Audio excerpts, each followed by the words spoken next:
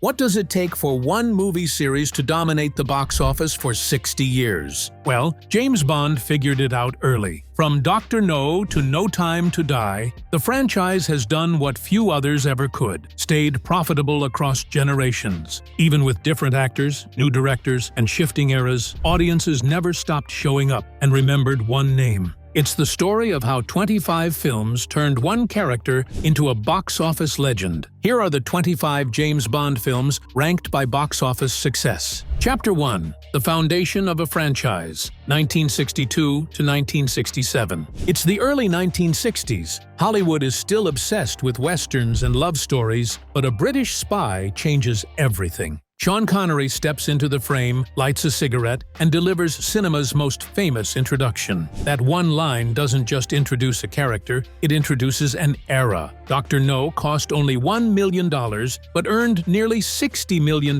worldwide, multiplying its budget 60-fold and proving that espionage could sell bigger than cowboys or romance. United Artists was stunned. They wasted no time. From Russia with Love doubled the budget and doubled the profits, earning $78 million globally. Bond was no longer an experiment. He was a certified box office machine. Then came Goldfinger. Bigger scale, sharper villain, and higher stakes. It redefined what a spy film could be, grossing $125 million worldwide and becoming the fastest-earning movie of 1964. By its third outing, James Bond wasn't just a hero, he was a global phenomenon. By 1965, Thunderball pushed Bond into true blockbuster territory, earning $141 million worldwide. The underwater battles, the gadgets, the spectacle, audiences couldn't get enough. 2 years later, You Only Live Twice brought Bond to the edge of excess with volcano bases, spaceships, and even a royal premiere attended by the Queen. It still made $111 million,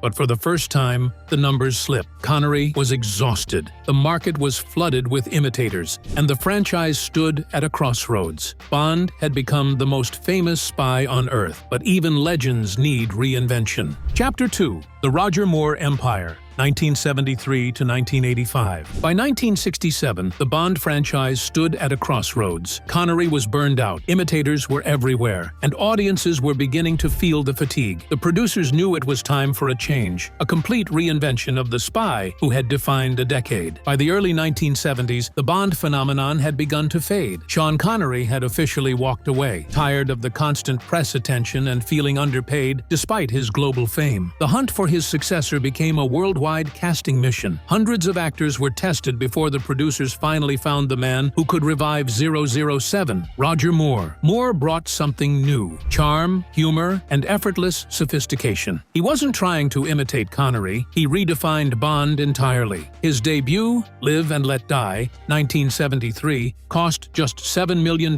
but made over $160 million worldwide, proving that the world was ready for a lighter, smoother Bond. The era of Roger Moore had begun, and with it, the most commercially resilient period in the franchise's history. When Live and Let Die premiered in 1973, the franchise came roaring back. Moore's version of Bond was smoother, less about brute force and more about charm. Audiences loved it. A $7 million budget turned into $161 million at the box office. Bond was back, confident and modern. The follow-up, The Man with the Golden Gun, couldn't match that success. Despite Christopher Lee's brilliant performance as Scaramanga, box office numbers slipped. Behind the scenes, creative tension and shrinking budgets made the future uncertain. For the first time, it seemed like the Bond formula might be wearing thin. Then came The Spy Who Loved Me, the film that saved the franchise. With sleek production, massive sets, and that unforgettable opening ski jump, it redefined what Bond could be. It wasn't just another hit, it was a statement that 007 still ruled the box office. Audiences went wild. The film grossed $185 million, restoring Bond's dominance and giving Moore his defining moment. But nothing prepared fans for Moonraker. After Star Wars reshaped pop culture, the studio decided to send Bond to space. It was over the top, full of lasers and zero-gravity fights, yet it worked. The spectacle paid off, pulling in $210 million worldwide and becoming the highest-grossing Bond movie at the time. It proved that even when Bond went beyond Earth, audiences were still willing to follow him anywhere. Still, the 1980s brought a reckoning. Budgets were shrinking, critics were calling the franchise formulaic, and audiences were starting to crave something new. Moore pushed forward with For Your Eyes Only and Octopussy, proving that Bond could still evolve without losing his edge. Both films performed well, balancing action with a more grounded tone. By the time A View to a Kill arrived in 1985, Moore was 57, still charming, but visibly aging out of the role. The movie opened strong at the box office, yet even loyal fans sensed it was time for the torch to be passed. The Roger Moore era had kept Bond alive through a turbulent decade, stylish, witty, and still profitable, but change was inevitable. After 7 films, Moore stepped down. His run had redefined Bond as lighter, more playful, and more spectacle-driven. He wasn't the cold killer Connery had been, but he kept 007 alive when the franchise could have died. Bond survived the 1970s not through brutality, but through charm. Moore's legacy wasn't just in the numbers, it was in tone. He turned Bond into a global event, one part spy, one part showman. And as he walked away, the question wasn't whether Bond would continue, but who could fill his shoes. Chapter 3. The Dalton and Brosnan Years, 1987 to 2002. By the mid-1980s, Bond was in trouble again. Roger Moore had stepped down, the Cold War was cooling off, and the world was changing faster than the franchise. The producers needed someone new, someone serious, grounded, and believable. Enter Timothy Dalton. Dalton's Bond wasn't the smooth playboy audiences were used to. He was cold, focused, and closer to Ian Fleming's original vision of a spy shaped by duty and danger. The Living Daylights became a solid hit, earning $191 million worldwide and restoring Bond's credibility as a serious character. But when License to Kill arrived in 1989, things got complicated. The film was darker and more violent, with Bond going rogue in pursuit of revenge. It faced brutal competition from Batman, Indiana Jones, and Lethal Weapon 2. Despite good reviews, it earned only $156 million. For the first time, Bond wasn't leading the box office. He was trying to keep up. Behind the scenes, lawsuits over film rights froze production for years. By the time it was resolved, Dalton was done. He made only 2 films, both respected but overlooked. Then, in 1995, everything changed. After a 6-year gap, Pierce Brosnan brought Bond back to life. GoldenEye wasn't just a comeback, it was a revival. It earned $356 million worldwide, received glowing reviews, and perfectly balanced classic charm with modern grit. The video game adaptation became a cultural icon, introducing a new generation to 007. Brosnan followed up with Tomorrow Never Dies and The World Is Not Enough, both box office hits. But as the budgets grew, so did the spectacle. By Die Another Day, Bond was surfing on CGI waves and driving invisible cars. It made $432 million, but drew heavy criticism for being too over the top. When The Bourne Identity was released the same year, it changed everything. Suddenly,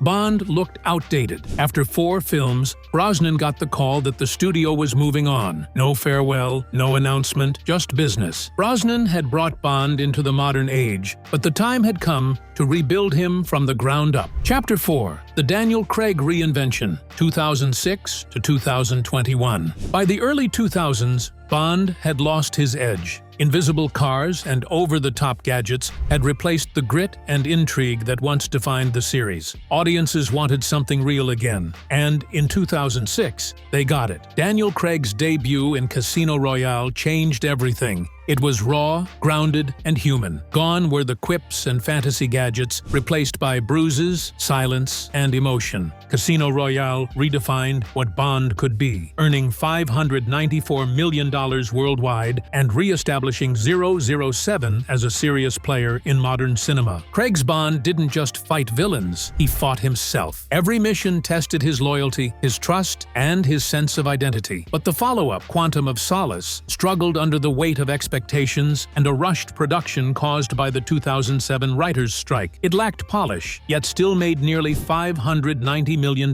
proving that audiences were committed to this new Bond. Then came Skyfall, the 50th anniversary, the return of the Aston Martin, and Sam Mendes is at the helm. It was Bond's rebirth all over again, sleek, emotional, and cinematic. The film earned $1.1 billion globally, becoming the highest-grossing entry in the series. For the first time, Bond looked fragile, mortal, human, but lightning rarely strikes twice. Spectre followed in 2015 with one of the most significant budgets in Hollywood history, over $300 million. Despite grossing $880 million, audiences felt the fatigue. The spectacle was there, but the spark was fading. Then came the long wait. Delays, rewrites, and a pandemic halted production on No Time to Die. When it finally premiered in 2021, it became Daniel Craig's farewell after 15 years. The film made $774 million worldwide, but due to high production costs and global shutdowns, it technically lost money. Still, numbers weren't what defined it. Craig's Bond went out not as a legend, but as a man flawed, loyal, and finally at peace. When the credits rolled, one truth remained clear. No matter who wears the tuxedo next, Daniel Craig didn't just play Bond, he rebuilt him. Chapter 5. The Legacy of Bond. For 60 years, James Bond has survived everything, from Cold War politics to streaming wars. He's outlived 6 Act 5 global recessions and even a global pandemic. Yet somehow, 007 still feels timeless. Every generation gets the Bond it deserved. Connery gave us swagger. Moore gave us charm. Dalton gave us grit. Brosnan gave us style. And Daniel Craig gave us soul. Today, the question isn't if Bond will return, it's how. The next actor won't just inherit a character. They'll inherit 6 decades of history, expectation, and pressure. Because Bond isn't just a spy anymore, he's cinema's most significant symbol of reinvention. Through every reboot, every crisis, every impossible mission, his essence has never changed. Style, precision, and resilience. That's why, after 25 films, billions in box office, and countless near-deaths, the name still carries weight. Because James Bond isn't just a franchise, he's a promise that no matter the decade, the danger,